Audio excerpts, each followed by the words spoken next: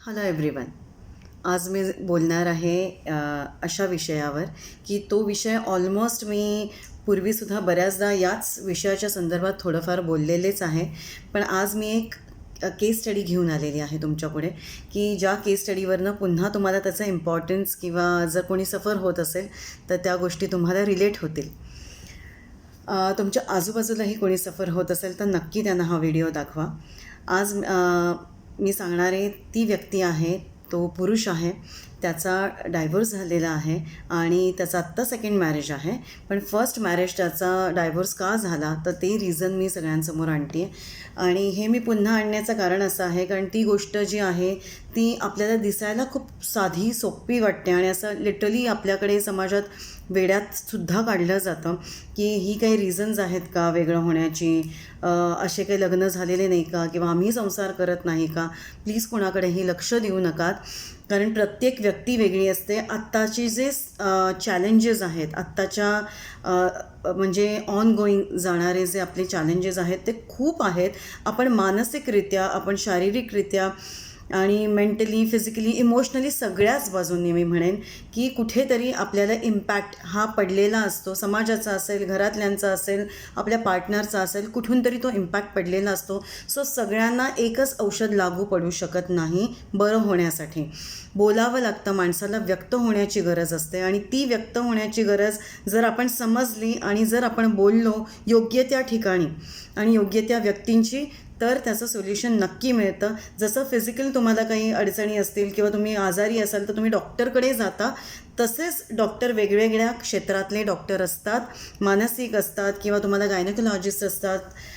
बायकांचे काही असतील प्रश्न, पुरुषांचेही काही प्रश्न असतील तर, आणि मानसिक आणि फिलिंग्स किंवा तुमच्या मेंटल हेल्थवर सुद्धा काही परिणाम होत असेल तर काउन्सिलर असतात. कारण माझ्याकडे जे क्लायंट्स येतात त्यांचंसुद्धा दिसताना असं बऱ्याचदा दिसतं की ते कधी कधी फिजिकल घेऊनसुद्धा येतात की ह्या गोष्टी दुखतात. म्हणजे मुद्दामून येत नाहीत की डॉक्टर आहे, मी तर डॉक्टर नाही आहे, पण त्याचा परिणाम जो झालेला असतो एकूण तो. तर ह्या सगळ्या दुखण्या खुपण्यांच्या मागे हे मानसिक आणि ज्या तुम्ही इमोशनली गोष्टी दाबलेल्या असतात इतकी वर्ष किंवा खूप लाँग पिरियडसाठी, त्या सगळ्या समोर आलेल्या असतात आणि तो कुठेतरी तुमच्या शरीरावर परिणाम होतो आणि औषध घेऊनही त्या गोष्टी बऱ्या होत नाहीत. तर आपण नेहमी म्हणतो की विश्वास हवा, क्लॅरिटी हवी, तरच ते औषधाचं ते लागू होतं आपल्याला शरीराला. तसंच आहे ते. तर ही गोष्ट जी आहे त्याच्या पहिल्या बायकोची आहे, त्या माणसाच्या. त्याच्यातनं एकच गोष्ट आहे सांगायची मला, की तो डायव्होर्स झाला तो 7 वर्षांनी त्यांच्या लग्नानंतर झालेला आहे. तर तो डायव्होर्स होण्याच्या मागे त्या माणसाने सांगितलं कारण की ती खूप जास्त पजेसिव्ह झाली होती माझ्या बाबतीत. आणि असंही नाही की अननोन लोकं एकत्र आली, ते फॅमिली फ्रेंड्स होते. तर परस्परांमध्ये पूर्वीसुद्धा विचारायचंच लोक की तुझी मुलगी आहे, माझा मुलगा आहे, आणि असंच लग्न झालं होतं. तिला तो तसाही आवडायचा, तो खूप पहिल्यापासूनच, पण बोलण्याची हिंमत नव्हती फक्त. पण लकीली तिचं लग्न त्याच्याशीच ठरलं. त्यामुळे ती म्हणजे म्हणतात ना की दुधात दुग्ध शर्करा योग असं तिच्यासाठी होतं. ती चांगल्या करिअरमध्ये होती आणि ते करिअर मात्र त्या मुलीने लग्न झाल्या झाल्या पूर्णपणे स्लो केलं आणि स्लो करता करता त्याला फुल स्टॉप लावला. बरं, त्याला हळूहळू काय वाटलं की आधी सुरुवातीला वाटलं की ही मुलगी हळूहळू रुळती आहे, नवीन घर आहे, किती माहितीच असलं तरीसुद्धा लग्न करून येणं ह्याच्यामध्ये फरक आहे. त्याने हा सगळा प्रयत्न केला, तिच्याशी बोलला तो, तुला कंटाळा आला असेल तर तू घे ब्रेक, पण पुन्हा कामाला लाग, तू खूप आनंदी होतीस, तुझं सगळं छान करिअर चालू होतं. अँड शी वॉज लाईक हां मी करीन, पण आता मला एन्जॉय करायचं आहे माझं मॅरिड लाईफ. आणि त्याने कम्प्लिटली अंडरस्टँड केलं आणि त्याने सोडून दिली ती गोष्ट की ठीक आहे, करेल कधी. त्याच्यानंतर ती प्रेग्नंट होती, त्यांना मुलगी झाली सुंदर अशी. आता मुलगी मात्र 6 वर्षांची झाली. ती पूर्ण वेळ शाळेत जायला लागली. 6 वर्षाचं मुलं साधारण पहिलीत असतं, ती मुलगी पहिलीत होती आणि पूर्ण वेळ शाळेत जायला लागली. तिच्या बाकीच्या ॲक्टिव्हिटीज होत्या, त्याच्यासाठी त्याचे आईवडील होते घरात. तर आईवडील घरात असल्यामुळे कसं तिला तसाही आधार व्हायचा कामांसाठी, सगळ्या गोष्टींसाठी. आईवडील ॲक्टिव्ह होते, वडील आणि आई दोघंही तिला सोडायला आणायला जायचे, ग्राउंडला घ्यायला जायचे, त्यांची फेरी व्हायची. खूप सुटसुटीत आणि छान होतं सगळं काही. पण या मुलीला खरंच काही करायचं नव्हतं. बरं, या सगळ्या मधल्या पिरियडमध्ये काय झालं की या सगळ्या 6 वर्षांमध्ये तिने आपल्या नवऱ्याला केंद्रबिंदू करून घेतलं आपल्या आयुष्याचं, आणि काहीही झालं तरी त्याला सतत कॉल करणं, सतत मेसेजेस करणं, संध्याकाळी रुसवे फुगवे, त्यांची भांडणं हे संपता संपेना. खूप सांगण्याचा प्रयत्न केला त्यांनी की अगं तू इतकी सुंदर छान एंगेज होती, बरं आता मुलगी आपली लहान आहे तोपर्यंत ठीक आहे, पण एक्सप्लोर कर, काहीतरी शिक आणि थोडा वेळ बाहेर पड, आई बाबा आहेत आपल्याला सपोर्टिव्ह आणि काहीच प्रॉब्लेम नाही आहे तुला, तू थोडीशी बाहेर पड, 1-2 तास पाहिजे तर बाहेर पड, तुझ्या आवडीची गोष्ट शिक, क्लासेस लाव किंवा ऑनलाईन आता सगळ्या गोष्टी आहेत, ऑनलाईन काहीतरी कर, एंगेज हो, स्वतःला एंगेज कर. पण त्या मुलीने कधीही त्याचं ऐकलं नाही. ती पूर्ण वेळ घरात असायची, खरंच जास्त काही करायची नाही, कारण सासू सासरे अगदी घरातलंच नातं होतं सगळं ते माहितीतलं. सासू सासरे तर त्यांचा कुठे काही इश्यूच नव्हता, अतिशय चांगली माणसं होती ती, त्यामुळे तोही बाजू तिला काही नव्हती. मुलगी झाल्यानंतरसुद्धा मुलीमध्ये तिचा काहीही तेवढा सहभाग नसायचा, तेवढ्यापुरती तेवढं काम असायचं, सगळं लक्ष तिचं नवऱ्यावर असायचं. ऑफिसमधनं आल्या आल्या she use to grab his mobile आणि she use to check his mobile की तू इतका काय बिझी असतो, कुणाशी किती वेळ बोलतो, मग मला का नाही वेळ देत, मग तुझे एवढे मेसेजेस याला असतात त्याला असतात, कॉलेजेसच्या मित्रांमध्ये म्हणजे कॉलेजच्या ग्रुप्समध्ये असतोस तो, शाळेच्या ग्रुप्समध्ये असतो ॲक्टिव्ह, म्हणजे मेसेजेस तरी तुझे असतात पण मला मात्र तू इतकं इग्नोर करतो. आणि त्यांनी हीच गोष्ट सांगितली की म्हणजे खूप गोष्टी सांगितल्या, सगळ्या गोष्टी झाल्या बोलून, काहीही फरक पडत नव्हता. सुंदर असं आयुष्य त्यांचं हळूहळू असं रुईन व्हायला लागलं होतं. सगळं समजावून सांगितलं, घरच्यांनीसुद्धा या गोष्टी बघितल्या, तिला वेगळं डायव्हर्ट करण्याचा प्रयत्न केला, प्रेमाने मुलगी असंच म्हणून समजावण्याचा प्रयत्न केला, काहीही झालं नाही. शेवटी त्यांनी तिच्या आईवडिलांच्या कानावर या गोष्टी घातल्या नाईलाजाने, सगळ्या गोष्टी समजावून सांगितल्या. त्यांनी मुलीला सांगितल्यावर ती अजून भडकली की आपल्या घरातनं सगळ्या कंप्लेंट्स जात आहेत असं तिने निगेटिव्हली घेतलं आणि अजूनच गोष्टी रुईन व्हायला लागल्या. आणि जो नवरा सेंटर पॉईंटला होता तो चांगलाच आत्ता भरडला गेला होता. त्याच्यामुळे कुठे म्हणजे त्याचा मानसिक जी हे होती तो पूर्णपणे कोलमडल्यासारखा झाला होता. त्याचं लक्ष लागेना कामामध्ये, इतकं सगळीकडनं घुसमट व्हायला लागली त्याची.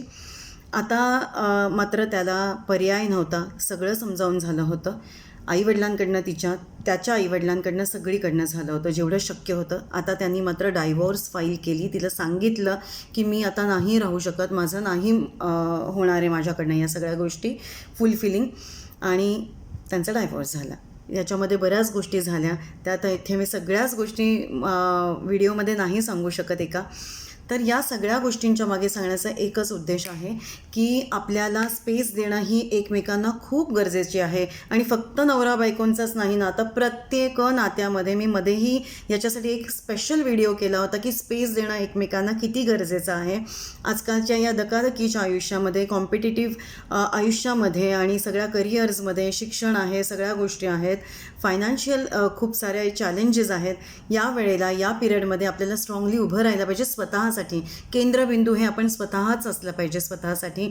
आपली प्रगती ही खूप महत्त्वाची आहे आणि मुलांसाठी गॅप घेणं अगदी स्वाभाविक आहे.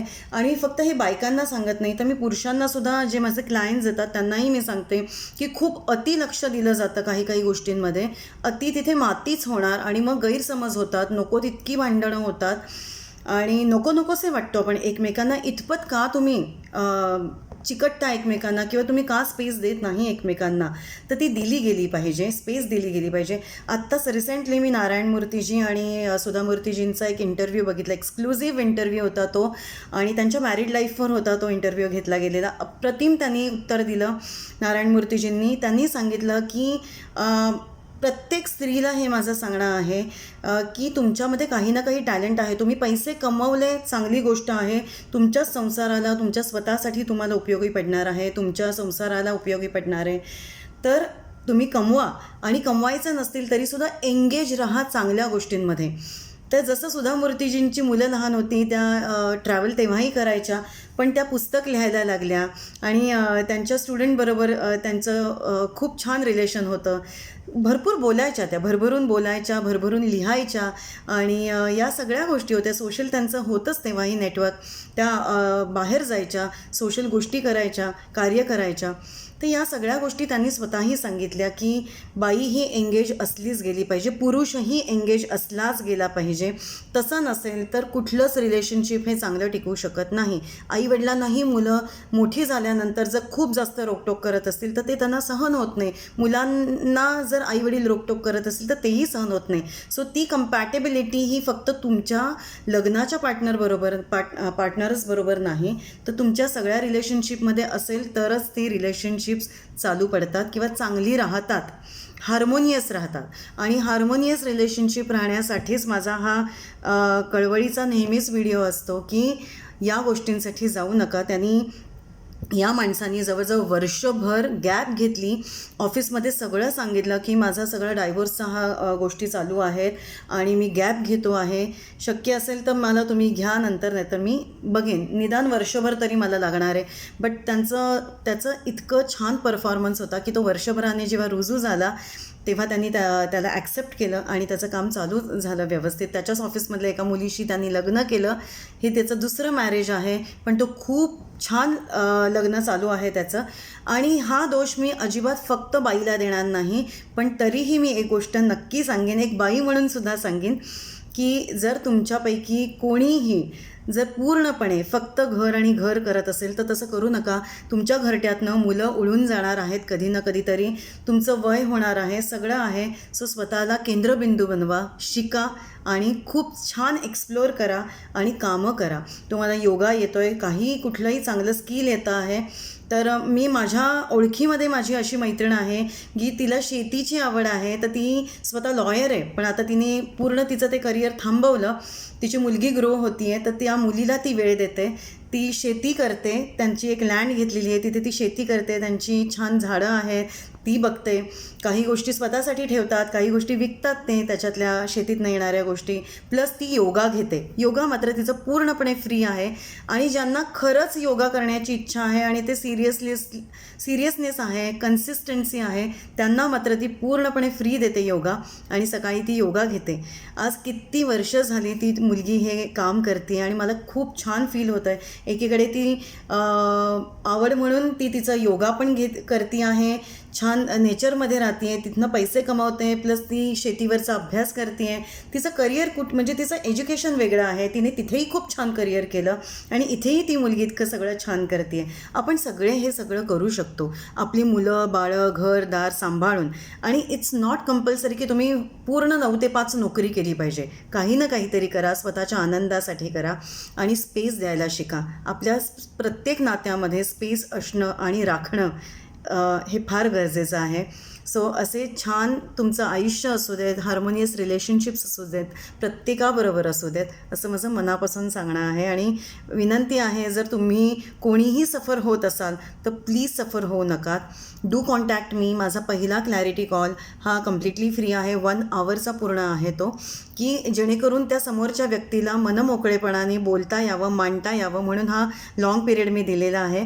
त्याच्यानंतर तुम्हाला पुढे जायचं आहे की नाही माझ्याबरोबर सेशनसाठी हे तुमचं तुम्ही ठरवायचं आहे. इट्स नॉट अ कंपल्सरी, पण फर्स्ट कॉल जर तुम्हाला घ्यायचा असेल तर नक्की घ्या. किंवा तुम्हाला आजूबाजूला जर कोणी सफर होत असेल किंवा कोणाला बोलायचं असेल तर नक्की त्यांना माझा नंबर द्या. एवढंच सांगणं आहे. Thank you so much for listening to me for so long. Thank you.